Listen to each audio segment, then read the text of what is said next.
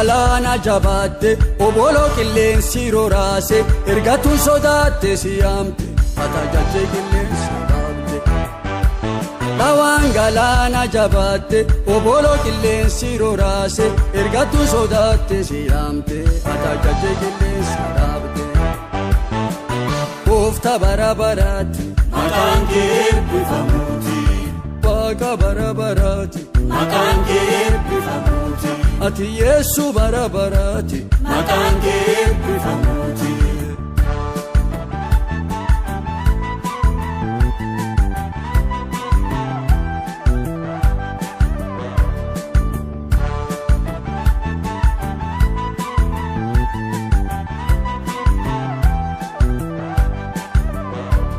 Ibseente guddoon ibsite dukkanaaf cubbuu jissite ati Waaqa Israa'el tissite amajaaji ibsite. Ibseente guddoon ibsite dukkanaaf cubbuu jissite ati Waaqa Israa'el tissite amajaaji ibsite. Gooftaa bara baraatti maqaan kee eebbifamuuti. Waaqa bara baraatti maqaan kee eebbifamuuti. ati Yesu bara baraatti maqaan kee eebbifamuuti.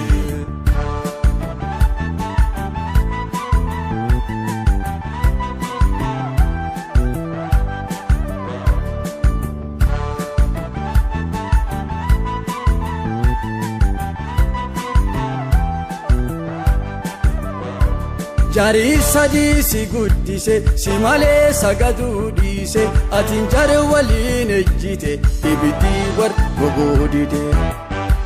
Jari sadii si guddise si malee sagaduu dhiise atiin jara waliin ejjite ibiddi warra gogoodite. Gooftaa bara baraatti maqaan kee eebbifamuuti. Waaqa bara baraatti maqaan kee eebbifamuuti. ati Yesu bara baraatti maqaan kee eebbifamuuti.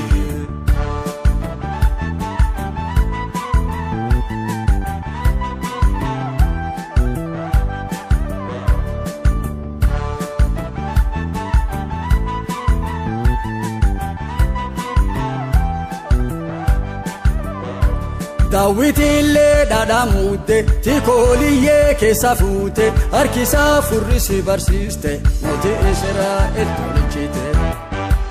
Daawwitillee dhadhamuute tikooliyyee keessa fuute harkisaa furrisi barsiiste mootii Israa'el tolchite. Gooftaa bara baraatti maqaan kee eebbifamuuti. Waaqa bara baraatti maqaan kee eebbifamuuti. ati Yesu bara baraatti maqaan kee eebbifamuuti.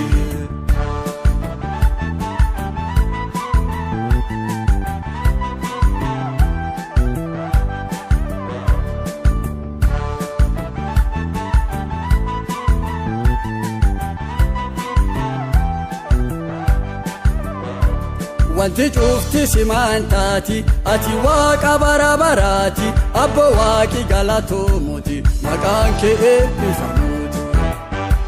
Wanti cufti simaan taati ati Waaqa bara baraatti abbo Waaqi galatoomuuti maqaan kee eebbifamuuti.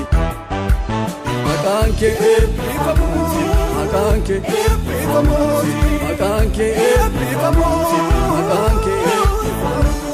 Ati Waaqaan cufa caalu wanti tokko si malee hin taatu ati Waaqa bara baraatti maqaan kee eebbifamuuti. Ati Waaqaan cufa caalu wanti tokko si malee hin taatu ati Waaqa bara baraatti maqaan kee eebbifamuuti. Ati Waaqaan cufa caalu wanti tokko si malee hin taatu ati Waaqa bara baraatti maqaan kee eebbifamuuti. Maqaan kee eebbifamuuti. Maqaan kee eebbifamuuti. Maqaan kee eebbifamuuti. Maqaan kee